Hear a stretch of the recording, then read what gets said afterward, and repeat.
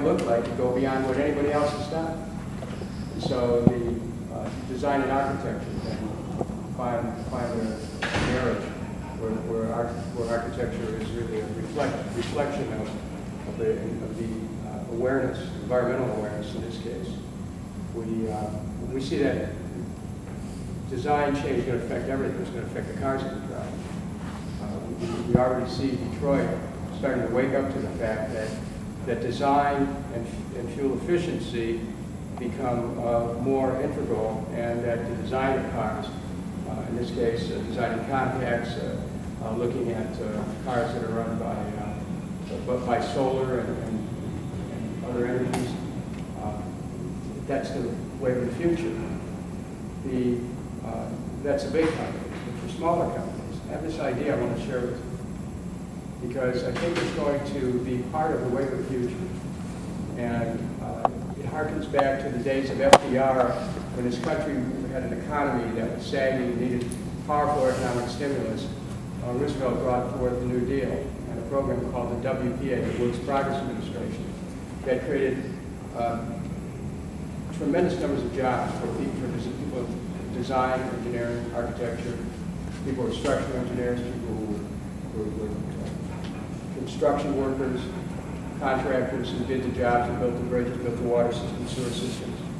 If you take the concept of the WPA, as the Works Progress Administration, and change it for the 21st century, WGA, Works Green Administration, you suddenly have the potential for a dramatic transformation in the energy usage in our society, as well as business potential to set up markets. I'll give you some examples.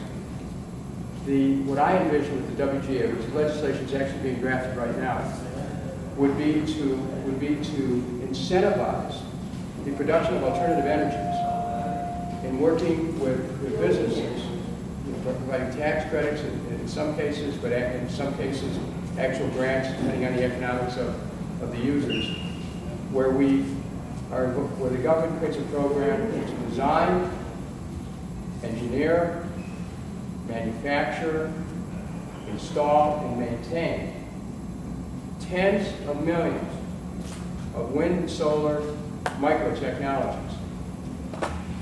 The future is not going to be with these mega units. The economies of scale principle that the electric utility industry used, the nuclear industry used in the past, have been turned on its head. The concept of Schumacher really has come in terms of small is beautiful, but small is also profitable.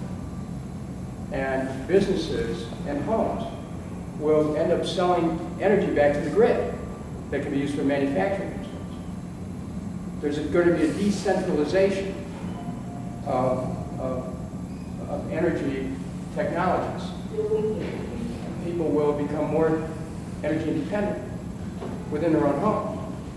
It's going to drastically reduce our carbon footprint. And so this idea of a Works Green Administration, while right now we're focused around wind and solar, we also recognize that there are inventors coming forward with proliferation of ideas for the purposes of transforming the economy from carbon-based to green. This is where the future is. This is where enormous economic and environmental progress is going to be made. The 21st century thinking sees what goes up the smokestacks being profit, that you have to convert, you have to use materials that are recyclable. We don't have any waste. I mean, we're looking at a zero waste economy. Where recycling really becomes very powerful. It's interesting with all we know about recycling, how little of it's done, particularly in big cities. And so this Works Green Administration then becomes a touchstone for a dramatic transformation in our economy. Because government does have a role to play in providing the incentives. And we're at the point where we're going to have to do that as an economic necessity, as well as a practical, functional statement of setting forth an economy that is sustainable. And so I just wanted to share that with you. engage you in a discussion as to how, what you think about this idea, A. B, how it might, apply to your business concepts or your business model. And C, how it could create an economy that could actually, would be priming the pump of the economy. We'd actually be creating a transition in the economy. More sustainable, more entrepreneurship, more profit, less expenditure actually on energy itself. It's the money that you don't have to spend on the energy systems that are becoming increasingly archaic or non-sustainable.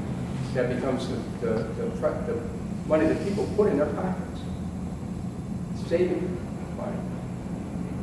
Energy efficiency in a whole different expression.